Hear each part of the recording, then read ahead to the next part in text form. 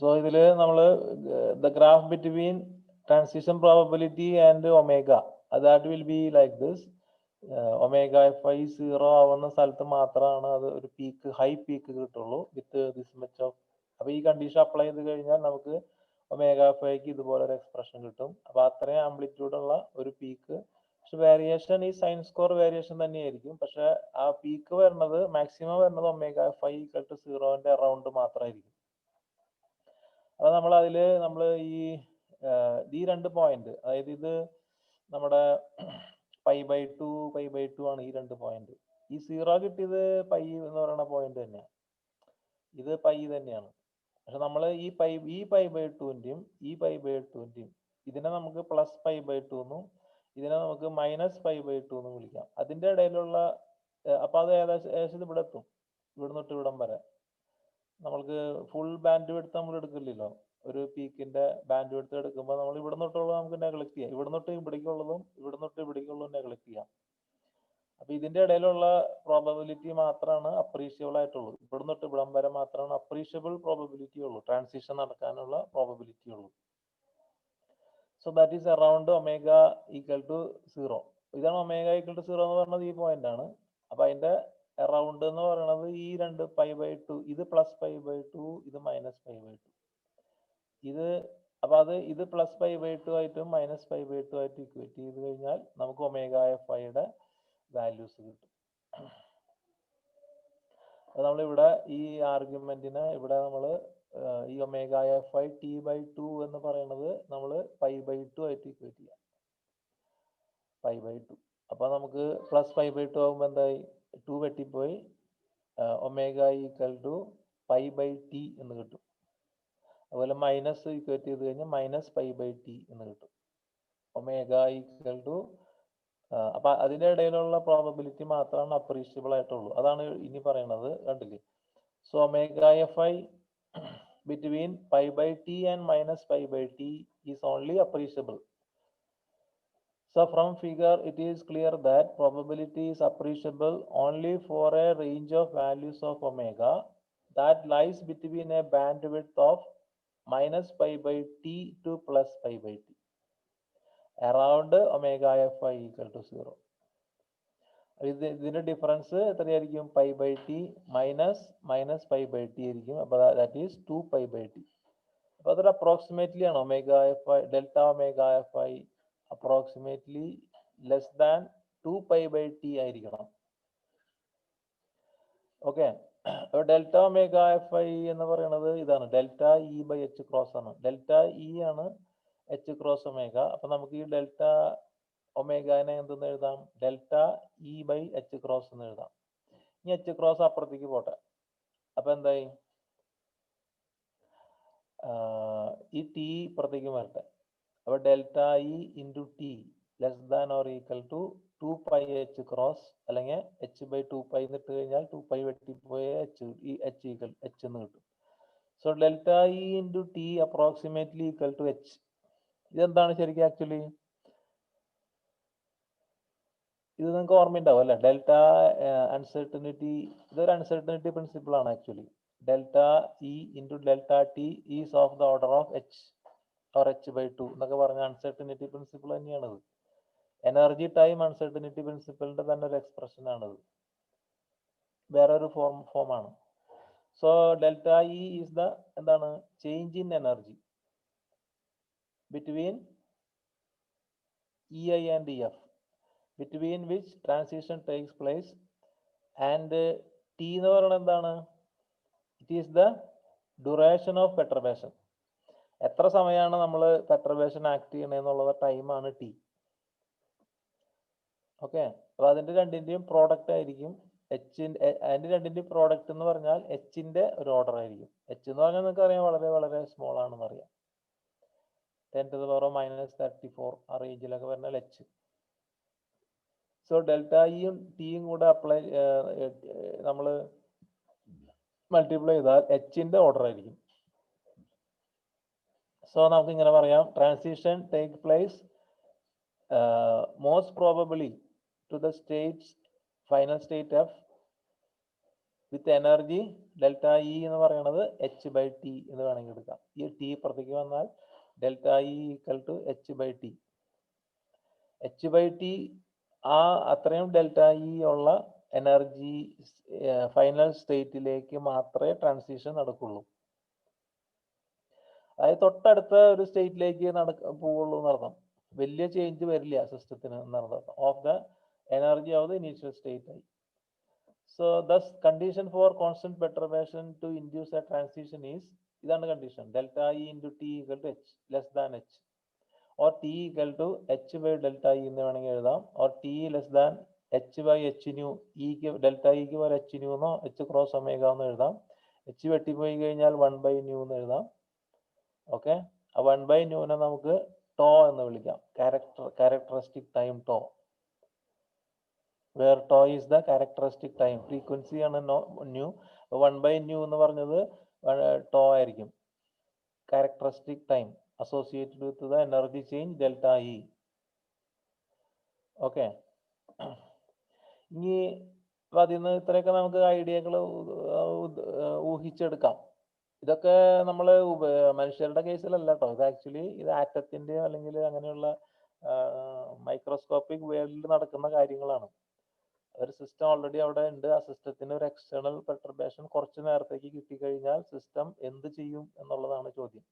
System അതനുസരിച്ച് വേറെ ഒരു സ്റ്റേറ്റിലേക്ക് പോവില്ല എന്ന്. അപ്പൊ നമ്മുടെ ഈ ഇതുവരെയുള്ള അനാലിസിസ് പ്രകാരം സിസ്റ്റത്തിന് വേണമെങ്കിൽ തൊട്ടടുത്ത ഒരു സ്റ്റേറ്റിലേക്ക് പോകാനുള്ള ഒരു പ്രോബബിലിറ്റി ഉണ്ട്. സിസ്റ്റത്തിന് വലിയ ചേഞ്ച് ഒന്നും സംഭവിക്കില്ല, സിസ്റ്റത്തിന്റെ ഇനീഷ്യൽ സ്റ്റേറ്റിന്റെ വളരെ അടുത്ത് തന്നെയുള്ള ഒരു സ്റ്റേറ്റ്, അതാണ് അപ്പോഴാണ് ഒമേഗ എഫ് ഐ 0 ഉള്ളൂ. അവിടേക്ക് പോകാനായിട്ട് ഒരു ചെറിയ ഒരു പോസിബിലിറ്റി ഉണ്ട് എന്നർത്ഥം. ഓക്കെ, ഇനി ടി ഈക്വൽ ടു ഇൻഫിനിറ്റി ആണെന്ന് വിചാരിക്കുക. നമ്മൾ ഈ പെർട്ടർബേഷന് കുറേ സമയം കൊടുത്തു എന്ന് വിചാരിക്കുക. അതായത് നമ്മൾ കണ്ടിന്യൂസ് ആയിട്ട് ടി ഇൻഫിനിറ്റ് ആവുന്ന പോലെ നമ്മൾ പെർട്ടർബേഷൻ കണ്ടിന്യൂസ്ലി ആക്ട് ചെയ്തു, നമ്മൾ സ്വിച്ച് ഓഫ് ചെയ്തില്ല. പെർട്ടർബേഷൻ സ്വിച്ച് ഓൺ ചെയ്തു, പക്ഷെ സ്വിച്ച് ഓഫ് ചെയ്തില്ല. അപ്പൊ ടി ഇൻഫിനിറ്റ് ആയി കഴിഞ്ഞാൽ എന്തുണ്ടാവും?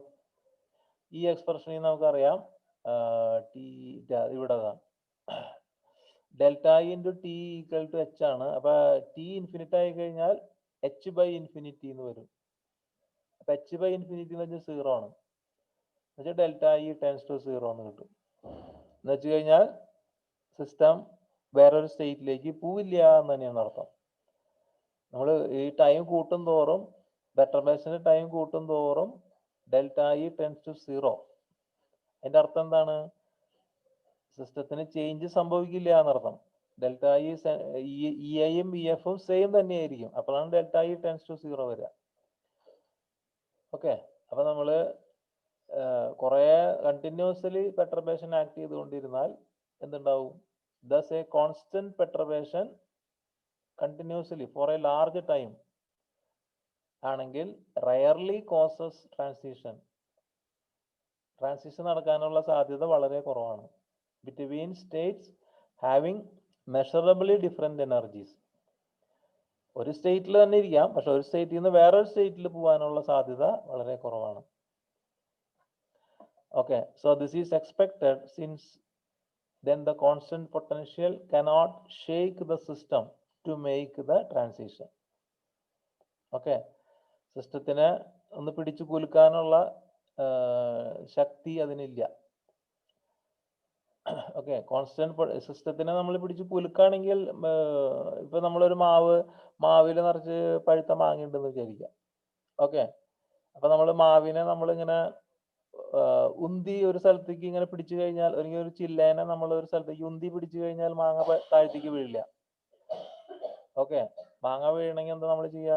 ആ ചില്ലേനെ പിടിച്ച് നമ്മൾ ഷെയ്ക്ക് ചെയ്യണം, കുലുക്കണം അല്ലേ? അതിന് പകരം നമ്മൾ ചില്ല നമ്മളിങ്ങനെ അതിന്റെ റെസ്റ്റ് പൊസിഷനിൽ നമ്മൾ കുറച്ച് ഇങ്ങനെ ഡിസ്പ്ലേസ് ചെയ്ത് ഉന്തി പിടിച്ച് നിർത്തി കോൺസ്റ്റന്റ് പെർട്ടർബേഷൻ ആണെങ്കിൽ അതിനൊന്നും സംഭവിക്കില്ല.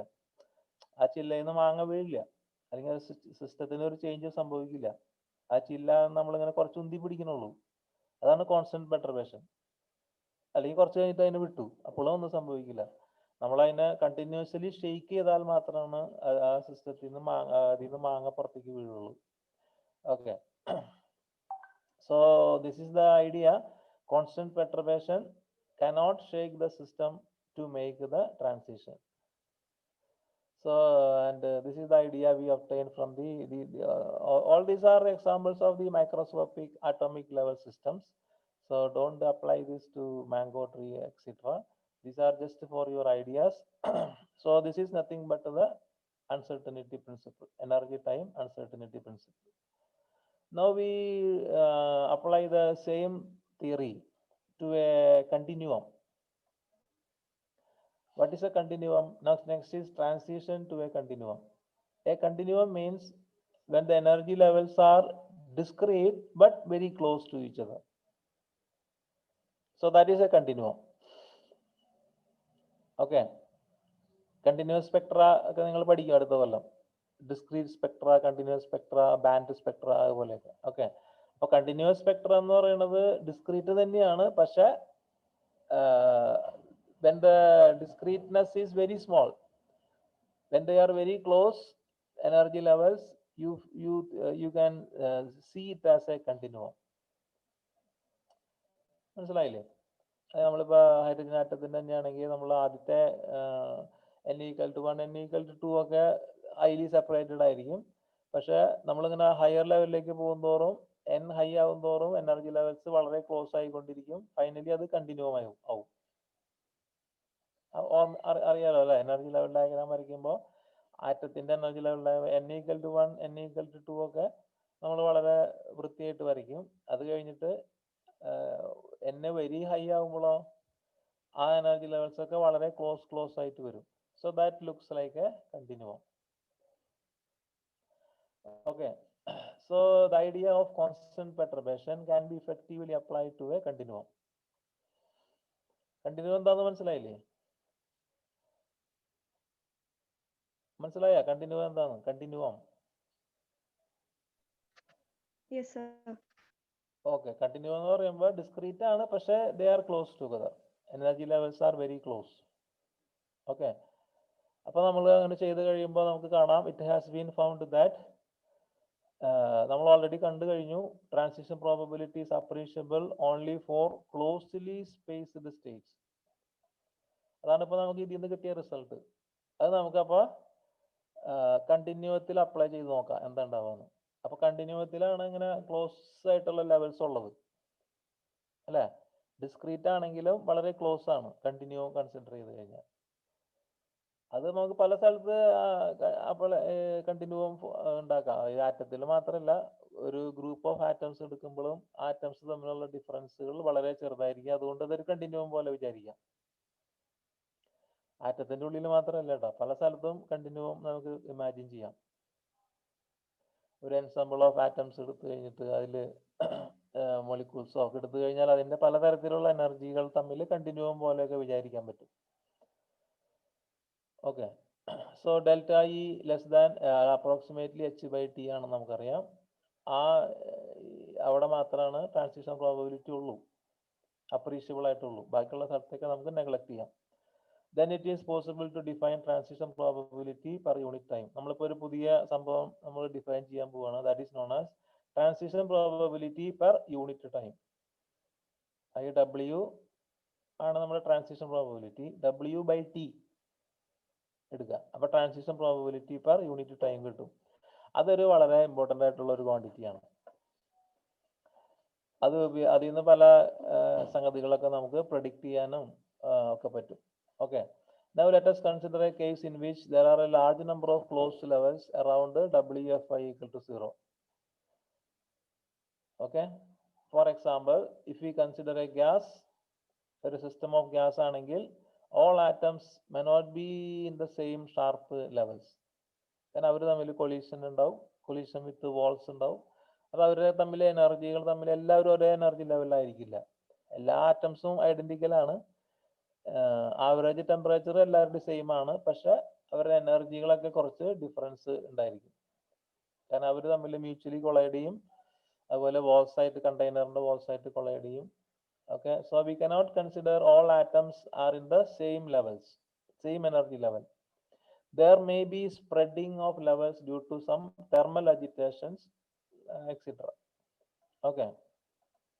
then there are equal probability for the transition to these levels. അപ്പോൾ എനർജി ലെവൽസ് വളരെ അടുത്തായതുകൊണ്ട് ഏത് ലെവലിലേക്ക് പോകാനുള്ള പ്രോബബിലിറ്റി സെയിം ആയിരിക്കും, ഈക്വൽ പ്രോബബിലിറ്റി ആയിരിക്കും. So if we consider an ensemble,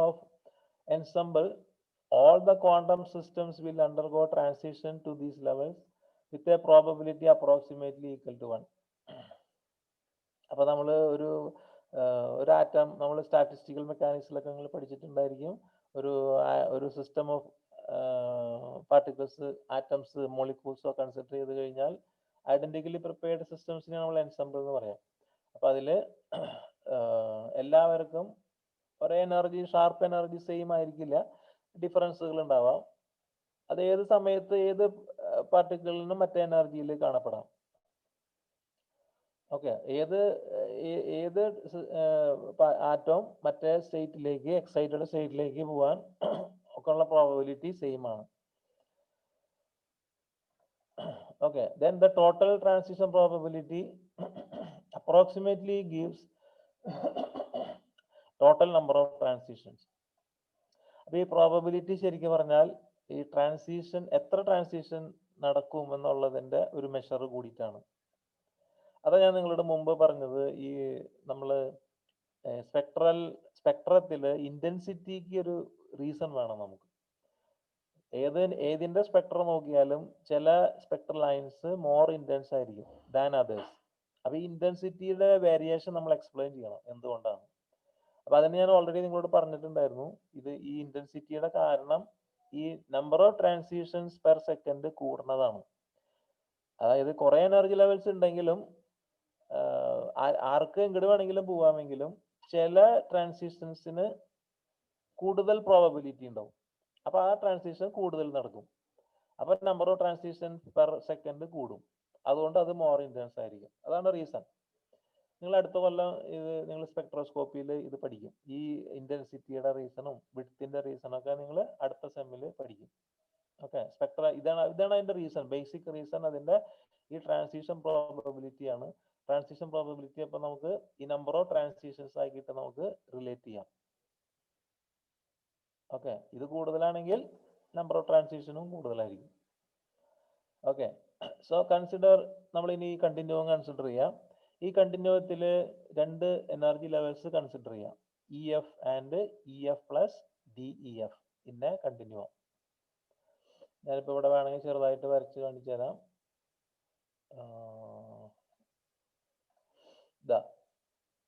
ഇത്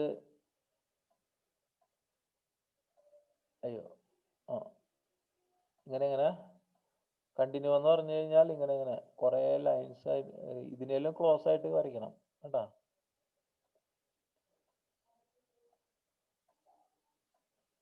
ഇതുപോലെയുള്ളതാണ് കണ്ടിന്യൂം. അത് ക്രോസ് ആയിട്ട് പോയി, ക്രോസ് ചെയ്യില്ല കേട്ടോ ഒരിക്കലും. ഇങ്ങനെ കണ്ടിന്യൂം പാരലായിട്ട് കുറേ ലൈൻസ് ഇങ്ങനെ വരയ്ക്കുക, ക്ലോസ് ആയിട്ട് വരയ്ക്കുക. ഇതിങ്ങനെ വളരെ ക്ലോസ്നെസ് ആകുമ്പോഴാണ് ഇതിനെ കണ്ടിന്യൂം എന്ന് പറയാം. ഓക്കെ, അപ്പം അതിൽ നമ്മൾ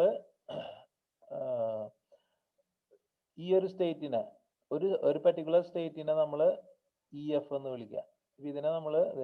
ഇതിനെ EF എന്ന് വിളിക്കുക.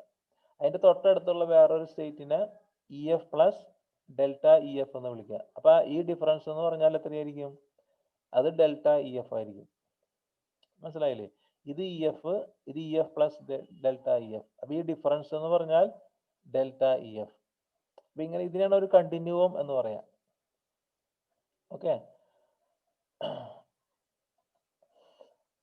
ഇനി അപ്പം നമുക്ക് ഇതിൽ ഒരു പുതിയൊരു ക്വാണ്ടിറ്റി നമ്മൾ ഡിഫൈൻ ചെയ്യാം. സാധാരണ നിങ്ങൾ സ്റ്റാറ്റിസ്റ്റിക്കൽ മെക്കാനിക്സിലൊക്കെ ചെയ്യണതായിരിക്കും.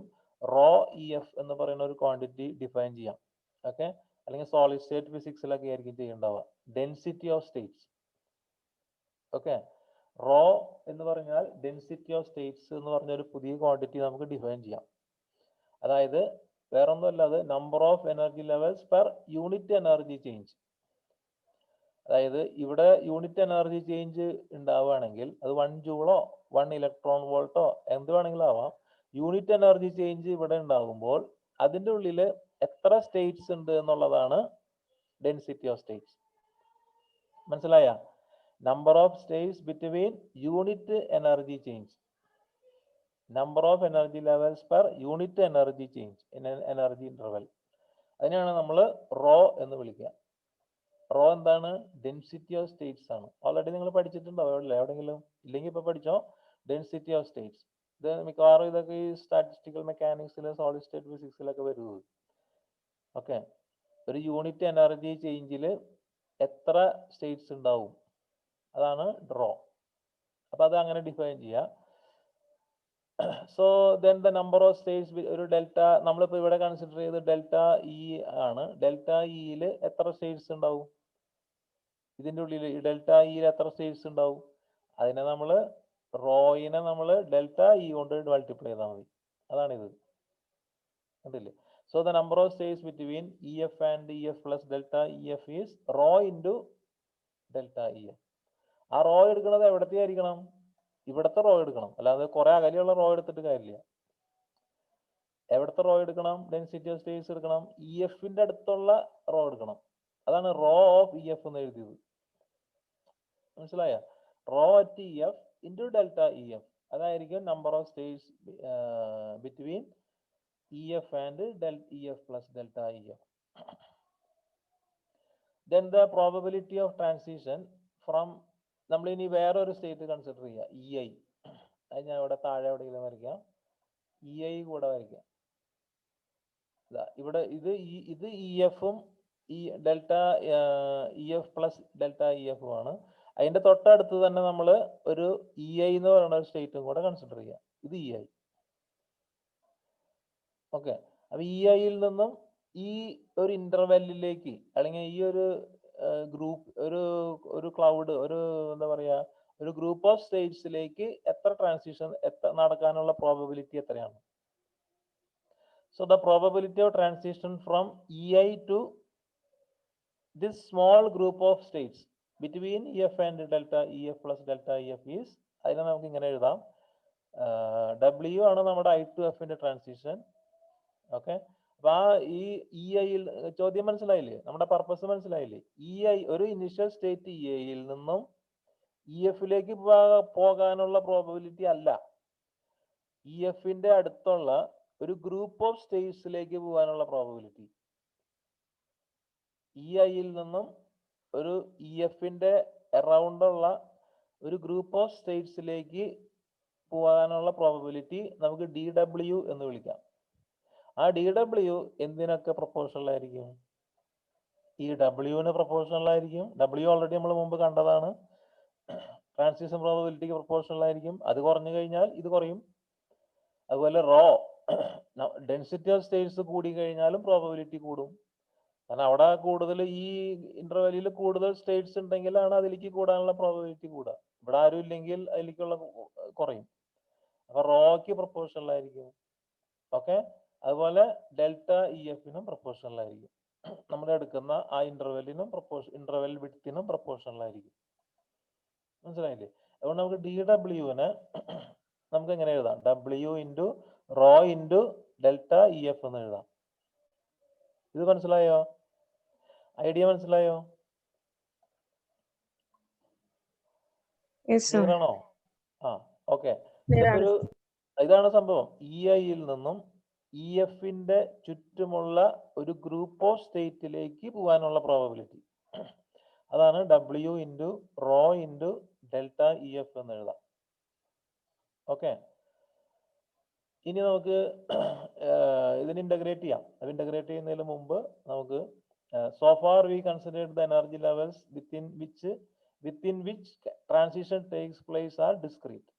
ഇപ്പൊ നമ്മൾ കണ്ടിന്യൂ ആണ് കൺസിഡർ ചെയ്യുന്നത്. In physics there are cases in which energy levels can form a continuous spectrum. അല്ലെ? ചില കേസിലൊക്കെ ഇപ്പൊ ഇൻകാൻസെന്റ് ലാമ്പൊക്കെ എടുക്കുകയാണെങ്കിൽ കണ്ടിന്യൂസ് സ്പെക്ട്രം ആണ്. മെർക്കുറി ലാമ്പൊക്കെ ആണെങ്കിൽ ഡിസ്ക്രീറ്റ് സ്പെക്ട്രം ആണ്. ഓക്കെ, ഡിസ്ക്രീറ്റ് സ്പെക്ട്രം ഉണ്ട്. അതുപോലെ തന്നെ there are cases in which there are continuous spectra form ചെയ്യുന്ന പല ഇപ്പൊ സണ്ണിൽ നിന്നുള്ള സ്പെക്ട്രം ഒരു കണ്ടിന്യൂസ് സ്പെക്ട്രം ആണ്. സോളാർ സ്പെക്ട്രം നോക്കിയിട്ടുണ്ടോ നിങ്ങൾ? സൺലൈറ്റ് നിങ്ങൾ ഇവിടെ എപ്പോഴെങ്കിലും ലാബിൽ വരുമ്പോൾ നിങ്ങൾ എന്ത് ചെയ്യണം? ഒരു മിറർ പുറത്ത് കൊണ്ടുവച്ചിട്ട് അത് നിങ്ങളുടെ സ്പെക്ട്രോമീറ്ററിലേക്ക് അടിക്കുക. ചെയ്ത് നോക്കിയിട്ടുണ്ടോ ആരെങ്കിലും? ഇപ്പം നിങ്ങൾ മെർക്കുറി ലാമ്പും സോളാർ സോഡിയം ലാമ്പും ഒക്കെയാണ് ചെയ്യണേ, അല്ലെങ്കിൽ ഹൈഡ്രജൻ സ്പെക്ട്ര അങ്ങനെയുള്ള കാര്യങ്ങളൊക്കെ ചെയ്യണേ. ഇനി നിങ്ങൾ സോളാർ സ്പെക്ട്രം കൂടെ കണ്ടു നോക്കുക. സണ്ണിൽ നിന്നുള്ള ലൈറ്റ് സ്പെക്ട്രോമീറ്ററിന് മുമ്പിലേക്ക് ഒരു മിറർ വെച്ചിട്ട് അടിക്കുക. എന്നിട്ട് അത് കൊളിമേട്രി കൂടെ ഉപയോഗിച്ചിട്ട് പ്രിസത്തിൽ കൂടെ നോക്കുക. ഓക്കെ, അപ്പോൾ നിങ്ങൾക്ക് വീണ്ടും കണ്ടിന്യൂസ് സ്പെക്ട്രം കാണാം. അല്ലെങ്കിൽ ഒരു ഇൻകാൻസെന്റ് ലാമ്പ് കത്തിച്ച് വെച്ചിട്ട് നോക്കുക, കണ്ടിന്യൂസ് സ്പെക്ട്രം കാണാം. അപ്പോൾ കണ്ടിന്യൂസ് സ്പെക്ട്രം ഉള്ള കേസുകളൊക്കെ ഉണ്ട്. അപ്പോൾ അങ്ങനത്തെ കേസും കൂടെ നമുക്ക് കൺസിഡർ ചെയ്യാം. Then the total probability of transition to a continuum is given by W. W equal to integral dW. So that is W into rho into delta EF, DEF. ഡെൽറ്റയ്ക്ക് വേറെ ഇപ്പോൾ D ആക്കി.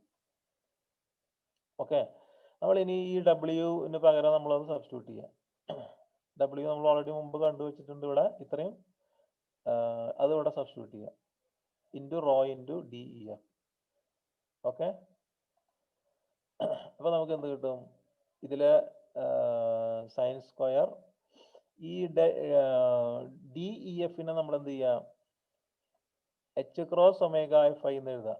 അപ്പോൾ H ക്രോസ് നമുക്ക് ഇവിടെ മാറ്റി നിർത്തിയിട്ട് D omega എന്നാക്കാം. മനസ്സിലായല്ലോ? EF equal to delta EF എന്ന് പറയുന്നത് delta omega FI into H cross ആണ്. H cross omega delta omega. അപ്പോൾ അതിനെ ഇതൊന്ന് മാറ്റിയിട്ട് H ക്രോസ് D ഒമേഗ എന്നാക്കുക. ഓക്കെ, അപ്പോൾ ഒരു H ക്രോസ് ഇവിടെ ഇതായിട്ട് വെട്ടിപ്പോവും, ഇവിടെ ഈ H ക്രോസ് ആയിട്ട് വെട്ടിപ്പോവും, ഈ H ക്രോസ്. ബാക്കിയുള്ളതിനൊക്കെ നമ്മൾ ഇവിടെ എടുത്ത് എഴുതുക. ഈ 4നെ നമ്മൾ പുറത്തേക്ക് ആക്കുക. Integral VFI square rho EF then sine square omega FI T/2 then ഇവിടെ വരുന്നത് H cross omega FI square D omega FI എന്നാണ്. ഓക്കെ, സോ നമ്മൾ ഇനി ഇൻ്റഗ്രേഷന് ലിമിറ്റ്സ് അപ്ലൈ ചെയ്യാൻ പോവാണ്. നമ്മൾ ഗ്രാഫിൽ നിന്ന് കണ്ടു ഈ നമ്മൾ ശരിക്കും ഇൻഫിനിറ്റിയിലേക്ക് പോകേണ്ട ആവശ്യമില്ല. നമുക്ക് ആ π/t തൊട്ടിട്ട് -π/t വരെ എടുത്താൽ മതി. പക്ഷെ നമുക്ക് അതുകൊണ്ട് തന്നെ നമുക്ക് -ഇൻഫിനിറ്റി +ഇൻഫിനിറ്റി എന്ന് ഇടാനായിട്ട് ഒരു പ്രശ്നവുമില്ല. സേഫായിട്ട്, വളരെ സേഫാണ് ഇൻ്റഗ്രേഷൻ ലിമിറ്റ്സ്. നമുക്ക് ഇത്രയും എടുക്കേണ്ട ആവശ്യമൊന്നുമില്ല. എന്നാലും നമുക്ക് -ഇൻഫിനിറ്റി +ഇൻഫിനിറ്റി ഇൻ്റഗ്രേഷൻ എടുക്കണോണ്ട് ഒരു തെറ്റുമില്ല. മാത്തമാറ്റിക്കലി അത് കുഴപ്പമൊന്നുമില്ല. So W equal to integration limits apply ചെയ്തു. നൗ ചില സംഗതികളെ നമ്മൾ പുറത്തേക്ക് എടുക്കാൻ പോവാണ്. ഓക്കെ, VFI നമ്മൾ ഓൾമോസ്റ്റ് കോൺസ്റ്റന്റ് ആണെന്ന് അസ്യൂം ചെയ്തു. അതുപോലെ റോയും കാര്യമായിട്ട് ചേഞ്ച് ഇല്ല എന്ന് നമ്മൾ അസ്യൂം ചെയ്തു. So assume that these two things are slowly varying functions of energy. ഇവിടെ differentiation is integration is with respect to ഒമേഗയാണ്. അപ്പോൾ ഒമേഗ FIനെ ആയിട്ട് നമ്മൾ ഇന്റഗ്രേറ്റ് ചെയ്യുമ്പോൾ ഈ രണ്ട് സംഗതികളെയും ഓൾമോസ്റ്റ് കോൺസ്റ്റന്റ് ആക്കിയിട്ട് വിചാരിച്ചിട്ട് പുറത്തേക്ക് എടുക്കുക. അപ്പോൾ നമുക്കിത് ഇങ്ങനെ കിട്ടും. H ക്രോസിനെയും പുറത്തേക്ക് എടുക്കും. ഓക്കെ, ഇതൊക്കെ ഒരു അപ്രോക്സിമേഷൻസ് ആണ്. ഇനി നിങ്ങൾക്ക് കോൺസ്റ്റന്റ് ആണെന്ന് വലിയ നിർബന്ധമാണെങ്കിൽ നമ്മൾ അവിടെ തന്നെ ഇട്ടോ, കുഴപ്പമില്ല. പക്ഷെ നമ്മൾ ഇങ്ങനെ ആണെങ്കിൽ നമുക്ക് ഇതിനൊക്കെ പുറത്തേക്ക് എടുക്കാം. ഇത് രണ്ടും slowly varying functions of omega ആണെങ്കിൽ നമുക്ക് ഈ രണ്ട് ക്വാണ്ടിറ്റീനെ പുറത്തേക്ക് എടുക്കാം. അപ്പോൾ നമുക്ക് sine square omega FI T/2 ബാക്കിയുള്ളത് ഇങ്ങനെ കിട്ടും. ഓക്കെ, ഇനി നമുക്ക് ചെറിയ മാത്തമാറ്റിക്കലി ഈ സൈൻ സ്ക്വയർ θ/θ എന്നാക്കുക. ഓക്കെ, D θ എന്നാക്കുക. ബാക്കിയുള്ള ഇവിടെ നമ്മൾ ആഡ് ചെയ്ത സംഗതികളൊക്കെ നമ്മൾ ഇവിടെ ഇടുക. കോമ്പൻസേറ്റ് ചെയ്ത് വെട്ടി പോകുന്ന പോലെ ഇവിടെയൊക്കെ ആഡ് ചെയ്യുക. ഓക്കെ, അപ്പോൾ സൈൻ സ്ക്വയർ θ/θ സ്ക്വയർ D θ എന്നുള്ള ഫോമിൽ വരും. Integral -minus infinity to +plus infinity. അപ്പോൾ അതിൽ നമുക്ക് സൈൻ സ്ക്വയർ θ/θ സ്ക്വയർ എന്ന് പറഞ്ഞാൽ sin θ/θ പോലെയാണ്. അതിൻ്റെ ഉത്തരം π ആണ്. ഇന്റഗ്രേറ്റ് ചെയ്ത് കഴിഞ്ഞാൽ നമുക്ക് π കിട്ടും. ഓക്കെ, അപ്പോൾ ഈ ഇന്റഗ്രേഷൻ എന്ന് പറഞ്ഞാൽ π കിട്ടും ഉത്തരം. ഓക്കെ, അപ്പോൾ നമ്മളിവിടെ π ഇടുക. π ഇന്റഗ്രേറ്റ് ചെയ്ത് കഴിയുമ്പോൾ π ഇടുക. ബാക്കിയുള്ള ക്വാണ്ടിറ്റീസ് ഒക്കെ ഇവിടെ അതുപോലെ തന്നെ വരും. Okay, so we get W equal to 2πt/h cross VFI square into rho എന്ന് വരും. Okay, so this is the total probability as a linear function of time. ഇപ്പുറത്ത് ഇവിടെ t ഉണ്ട്. This is total probability. നമ്മളൊരു particular energy സ്റ്റേറ്റിൽ നിന്നും തൊട്ടടുത്തുള്ള ഒരു ഗ്രൂപ്പ് ഓഫ് സ്റ്റേറ്റിലേക്ക് പോകാനുള്ള ടോട്ടൽ പ്രോബബിലിറ്റി ആണ് ഇത്. ഓക്കെ, സോ ഇപ്പൊ നമ്മൾ ഈ അസ്യൂം ചെയ്ത കേസിൽ ഫൈനൽ സ്റ്റേറ്റ് എന്ന് പറഞ്ഞാൽ ഒരു കണ്ടിന്യൂവമാണ്. ഇനിഷ്യൽ സ്റ്റേറ്റ് ഒരു സിംഗിൾ സ്റ്റേറ്റ്. ഇനിഷ്യൽ സ്റ്റേറ്റ് ഈ കണ്ടിന്യൂവത്തിൽ തന്നെ ആവാം, അല്ലെങ്കിൽ അതിന്റെ പുറത്തായാലും കുഴപ്പമൊന്നുമില്ല. ഓക്കെ, ഫൈനൽ സ്റ്റേറ്റ് ഒരു കണ്ടിന്യൂവം ആയിരിക്കണം. ഇനിഷ്യൽ സ്റ്റേറ്റ് എന്ന് പറഞ്ഞാൽ ഒരു കണ്ടിന്യൂവത്തിന്റെ പുറത്താവാം, അല്ലെങ്കിൽ ആ കണ്ടിന്യൂവത്തിൽ തന്നെ പെട്ട ഒരു സ്റ്റേറ്റ് ആവാം, അതുകൊണ്ട് കുഴപ്പമില്ല. Okay, so total transition probability per unit time എന്ന് പറഞ്ഞാൽ ഈ ടീനെ നമ്മൾ ലെഫ്റ്റിലേക്ക് കൊണ്ടുവരാം, W/T ആക്കാം. അതാണ് transition probability per unit time, which is proportional to the. അത് അങ്ങനെ ആക്കി കഴിഞ്ഞാൽ എന്ത് കിട്ടും? ഈ ടി ഇപ്പുറത്തേക്ക് വന്നു കഴിഞ്ഞാൽ നമുക്ക് അതിനെ W/T dW/dt എന്ന് എഴുതാം.